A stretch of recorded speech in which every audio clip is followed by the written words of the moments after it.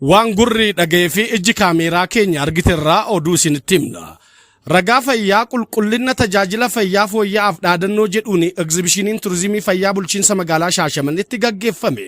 Waajjirri fayyaa bulchiinsa magaalaa Shaashamannee dhaabbilee fayyaa kan mootummaaf dhuunfaa sadarkaan jiran qindeessuudhaan agarsiisa hojiilee ijoo fi tajaajila fayyaa kennamu irratti sirna beekamtii fi agarsiisaa qopheessuun bakka keessummoonni biiroo fayyaa Oromiyaa fi kantiibaan magaalaa Shaashamannee keessummoonni garaagaraa argamanitti gaggeessee jira.